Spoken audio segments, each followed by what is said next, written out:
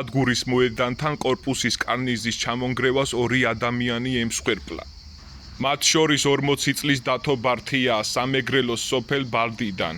თბილისში უკვე ძალიან ბევრი ავარიული შენობაა, რომელიც შეიძლება ჩამოინგრეს, ძველი ფასადები და ძველი შენობებია ძალიან ბევრი და ხო შეიძლება რომ ჯგუფი გამოიყოს, თუნდაც მოხალისეთა ჯგუფი, არ გთხოვთ არავისზე ხელფასის გადახდას, მოხალისეთა ჯგუფი გამოიყოს, მეც ვიქნები ერთ-ერთი მოხალისე, მრავალი ახალგაზრდა იქნება და კორპუსებს, ძველ კორპუსებს ჩამოუვლით და სპეციალური ხელსაწყოებით შევამოწმებთ მათ მდგრადობას, მათ სიმყარეს, ხო შეიძლება რომ მსგავსი ჯგუფები გაკეთდეს და განხორციელდეს ეს მაგარი პროექტი, რომელიც დაგვიცავს ჩვენ, რომ რაიმე შენობა ან რაიმე ნანგრევი არ დაგვეცეს ზემოდან. ყოველი ადამიანი რისკის ქვეშ არის, ყოველი ადამიანი საფრთხის ქვეშ არის და მაგიტო ძველი კორპუსები, დანგრევის პირას მისული კორპუსები შეიძლება ხალხო ნებისმიერ დროს ჩამოინგრეს და კიდევ იგივე შემთხვევა მოხდეს და კიდევ მსხვერპლი ყავდეს ამ ყველაფერს და ამიტომ სანამდროა ეს იყოს მაგალითი, რადგან დავიცვათ მომავალი თაობა.